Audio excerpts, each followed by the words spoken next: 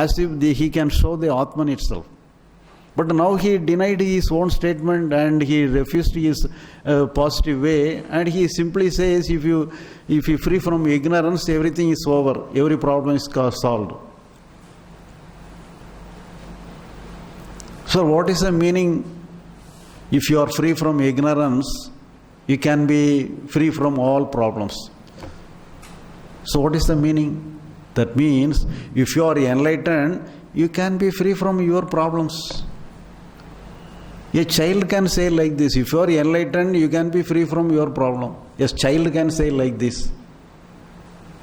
For example, if you are with struggle, if you are having so many problem in your mind, if you ask a person, how can I free from my problem? And the other person will ask you, told you, if you get enlightenment, you will be free from the problem. But what is the meaning of that? You may simply say it like that, but what is the use of that? Is it easy to get enlightenment? Can we solve it for a solution? Can you recommend the enlightenment to solve this ordinary problem? But that is why they are, indirect way, they are driving us to a point where we cannot understand anything, we cannot proceed further. They place us in a place where we cannot confuse, we have to get confusion.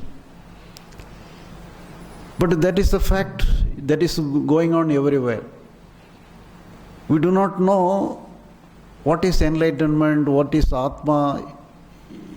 They lead us to a certain point and they withdraw from their direction. They lead us as if they themselves can show us the way. But in the middle way, they go away and I cannot go further. You find your own path and I cannot help. So that is happening everywhere. So now, what is the problem? What is the case? In the case of Ramana Maharishi himself, got enlightenment. There is no doubt about his enlightenment. He is enlightened. He is liberated. There is no doubt about it. He got enlightenment at his age of 16. At the time of his enlightenment, he is a student. He did not know anything about the spiritual world. He did not do any meditation practice, any yoga practices. He is just like other children, a school boy. One day he got a fear of death. He do not know how to face the fear of death. He simply accepted the fear of death and he got enlightened. He did not know what has happened to him, but he got enlightened. He did not know how he got the enlightenment. He did not know the signs of enlightenment. But there is no doubt he got enlightened. There is no doubt about it. But some secret is there. Some science is there.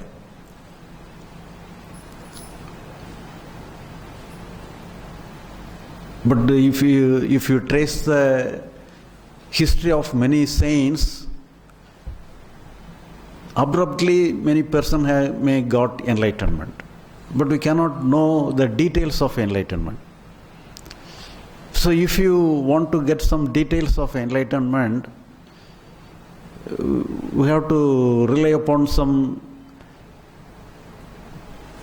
facts which is suitable to be traced, possible to be traced. So in that case, if you take the case of Gautam Buddha, to a certain level we can trace the journey of him, how he got enlightenment. We can trace a certain level. He has not got the enlightenment all on a sudden. Just like the Ramana Maharishi got. He has practiced in many ways. You may know about the life of Gautam Buddha.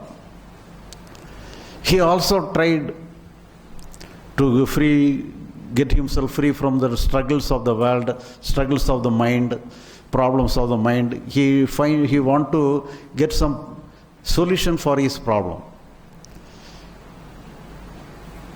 He want a salvation, he want a relief for all the problems of the mind. For that, he selected the yogic path, the spiritual path. And he got 2 gurus. And the 2 gurus give him many ways of practice. And Buddha also accepted the ways, and he practiced many meditation, many yoga practices. We all know what is meditation, what is the yoga practices, because it is very common to all.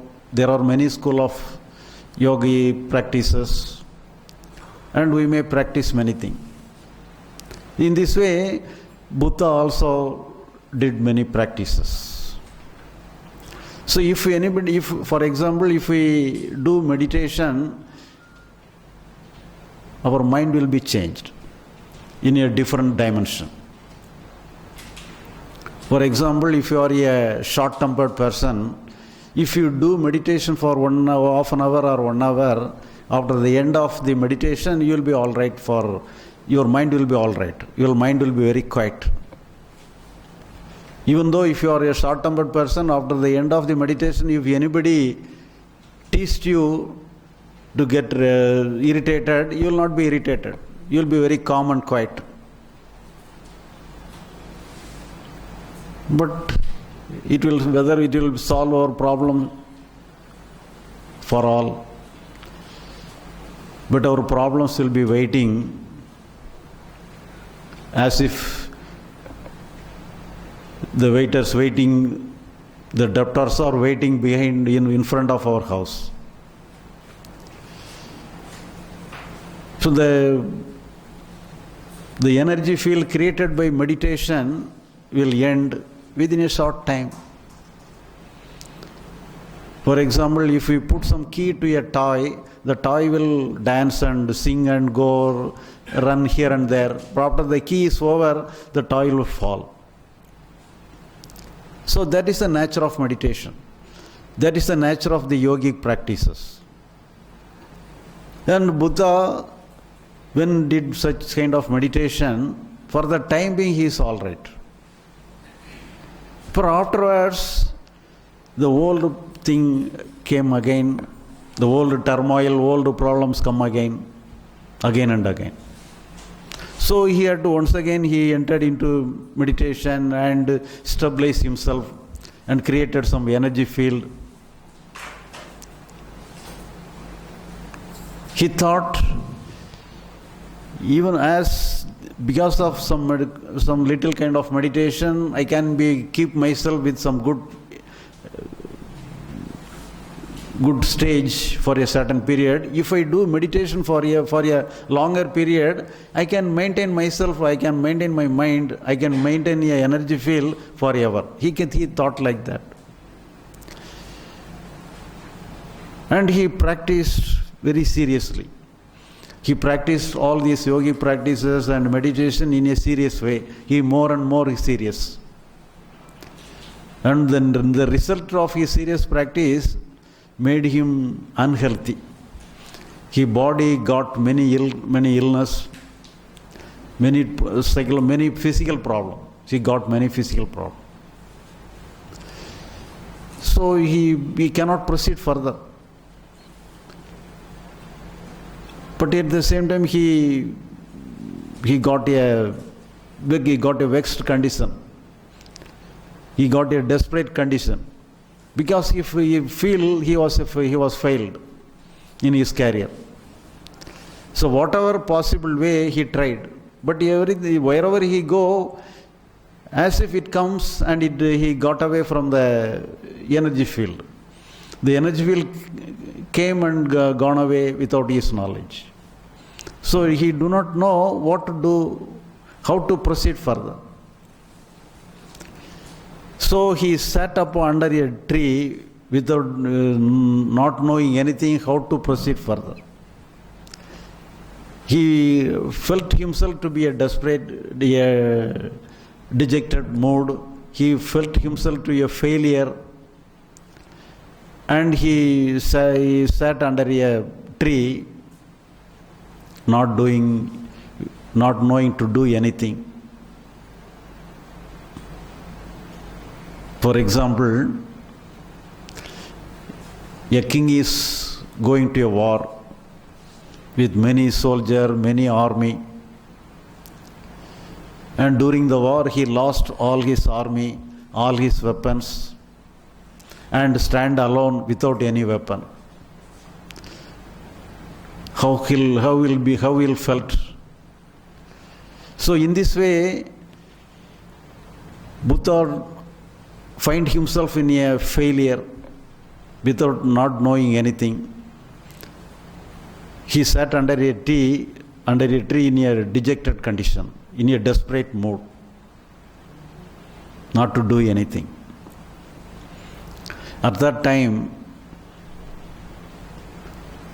he got the solution without doing anything. He is surprised. So previously he has got many things. He has not many deeds, but now he has not doing anything. He has not done anything. Without doing anything, he got the result. He got the salvation. He is surprised. He wonders, how is it possible? But it has happened. What has happened is real. It is not a false. What has happened is real. He is unable to understand what has happened. So he looked into himself, what has happened to him. And he told,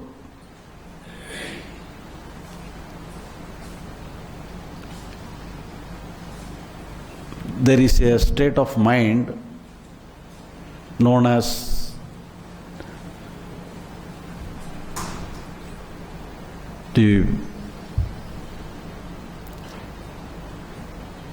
what is this? Nirvana. He is known as the Nirvana state. And there is a state of Nirvana in our mind. And I have not created the Nirvana state. It is already there. I have found out the Nirvana state within my mind. And the Nirvana state is not my own. It is for everybody. Everybody is having the Nirvana state in their own mind. But here, fortunately, I find out the Nirvana state within my mind. If whoever find out the Nirvana state within their own mind, they can be liberated, they can be enlightened. So here, what he has find out? What is the Nirvana state? If it is there within ourselves, we might have felt already, but we have not felt it. So what is the state of Nirvana? Is there anything in the name of Nirvana state? What is the state? But here, everybody, every masters, every saints find out the Nirvana state in their own way. But Buddha named it in the name of Nirvana state. The other person name it as liberation, mukti, moksha. They name it in a different way. Our scriptures defined it in mukti or moksha or liberation, awakening. But the matter is same. The subject is same. So what is that?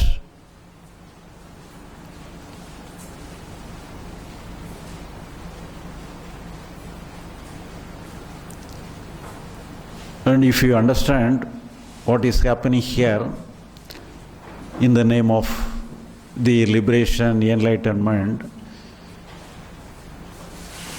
some other incident is there. And in a a court of a king, a saint has visited the court of a king. And the king asked his problem to the saint. I have many problems. Please solve my problems. As if the disciple asked the master Ramana Maharishi, the king also asked the saint to solve his problem. But this saint did not say like Ramana Maharishi, please understand yourself to be the Atma. He did not say like this. Instead of that, he told in a different way. You hand over all your problems to me and I will solve the problem. He simply said like this. But the kings told him, Swami, the problem is not here. If it is outside, I can hand it over to you. But the problem is within my mind. How can I hand it over to you? And the saint says, so it doesn't matter. If it is in your mind, you need not hand it over to me. But you do one thing. If it is in your mind, it has to be located, it has to be situated in some other place, in some place of your mind. You see, you please find out and locate the place where the problems are staying. And the king look into himself, look into his mind and search where the problems are staying. What is the location, what is the place where all our problems are staying? And he told the saint, if I look into my mind, I did not find anything. It is pure darkness, there is nothing there. Now the saint asked, you yourself has told me that you have problems. Now yourself tell there is no problem. So what is the reality? Whether problem is there or not? So in the name of problem, in the name of solving our problems, we are searching enlightenment, we are searching liberation. The basic problem is that we have to be free from our problems. But whether the problems is existing or not, now the problem is that whether there is a problem or not is the problem. Not enlightenment or liberation is not a problem. Whether there is any problem or not. Are we trying to solve the real problem or unreal problem? Imaginary problem. Is there really a problem or not?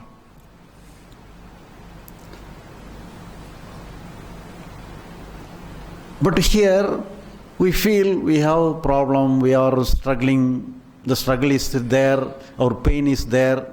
If you are not painful, if you do not have any fear, if you do not have any sorrow, we will not seek anything. But we feel something is there. And we want to be free from that. So how to be free from that? Is there really a problem or not? What we have to do? And in one of my meeting session, one gentleman asked a question.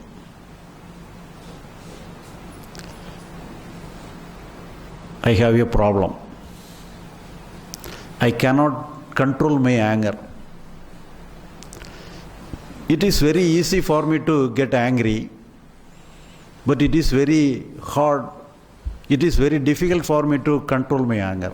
Please show some method, some technique to control my anger. So I approached the question in a humorous way. You see, it is difficult for yourself to control anger. It is not only for your case. In my case also, it is very difficult for me to control my anger. So I cannot show you the way how to control the anger. But at the same time, you have told me two statements. The one statement is that getting angry is very easy. Controlling anger is very difficult. In the second statement with related to controlling anger, we are both in the same boat. It is difficult for me all to control anger. Yours also find it difficult to control anger. We are both same. There is no difference between both you and me. But please explain your first statement. I am not agree with your first statement. It is very easy to get angry. You are saying that it is very easy to get angry. So if it is easy to get angry, please show me to keep yourself in an angry mood from morning till evening. So if it is easy for you, you can very easily keep yourself in a state of angry from morning till evening. If it is difficult, it is not possible. But you say it is very easy to get angry. And show me. And keep yourself in the angry state from morning till evening. So here the problem is, unknowingly or knowingly, we are having some intention that as if we can control our emotion. We can tackle our emotion, we can keep all our emotion within ourselves, within our hand.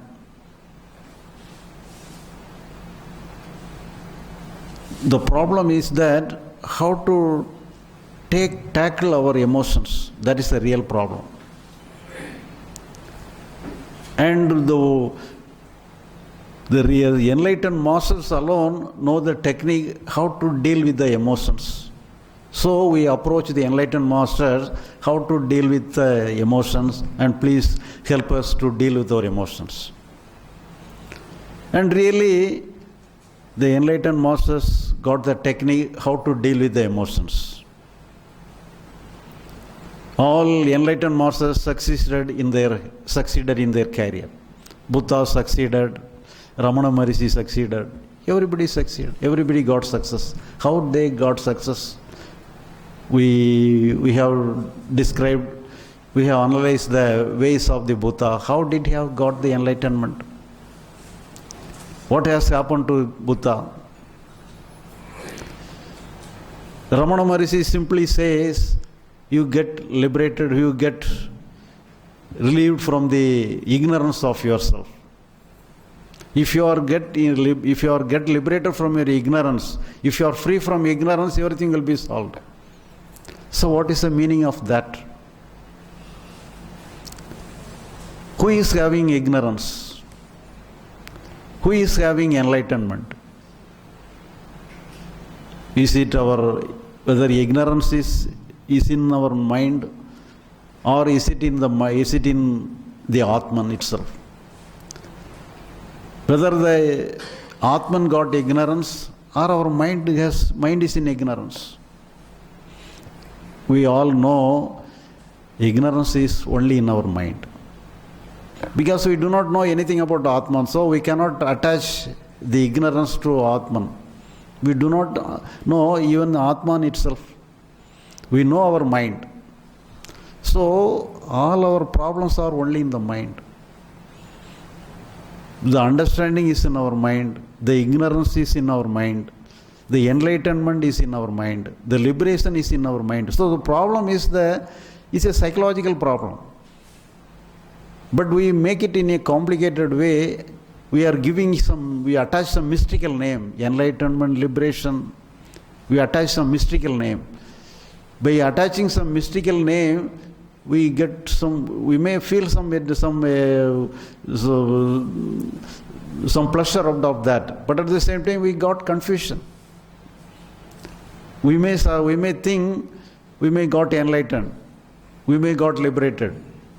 By giving a good name, some divine name, we may feel pride of that. But doesn't matter. But it is not. But everything is only a psychological matter. Everything is related to the mind. But here, if we know what is the functioning of the mind, we can understand the science of enlightenment. What is the working state of the enlightenment?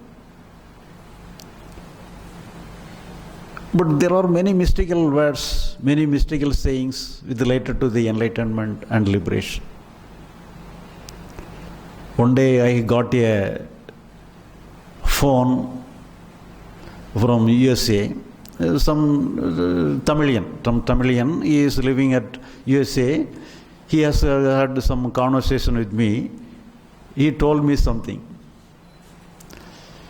The enlightenment and liberation is a very dangerous thing. He told me, enlightenment is a very dangerous thing. If anybody got enlightenment above the years of 40, he will be destroyed. Because whenever we got enlightenment, it will enter our mind, enter our body just like a thunderbolt. So we cannot withstand the power of the enlightenment. He has told me like that. So I simply told him, you may put some antenna so that you can avoid the bad effect of the thunder. So I simply make a joke. So, what is enlightenment? But it is very simple. If you understand what is the function of mind, we can very easily understand what is enlightenment.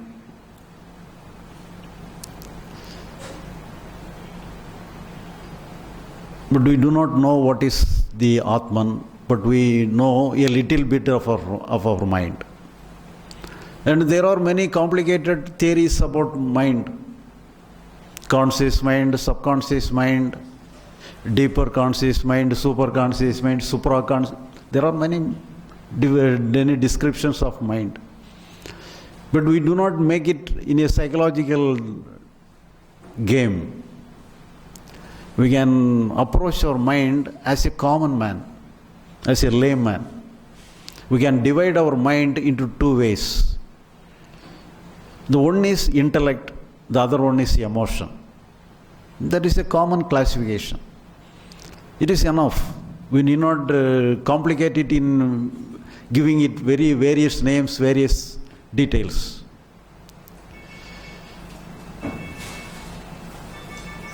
We know what is intellect. Because we have many knowledge about many things. One may study medicine or engineering and get some qualification through his knowledge. That is intellect. Our intellectual knowledge, our intellect is known as the intellect part of our mind. So with the help of our intellect alone, we are doing everything. If we do not have the intellect, we cannot function. After the end of the meeting, you have to return your home. If your intellect is not functioning, you cannot return home. So, intellect is a major part of our mind. It is very necessary. It is inevitable. We know all what is intellect, what is the role of intellect. The other part of our mind is the emotions. That is the complicated part of the mind.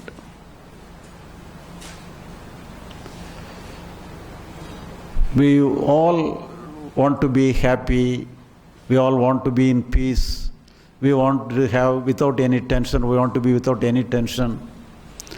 But the emotion will not hear our ways, hear our sounds, hear our order.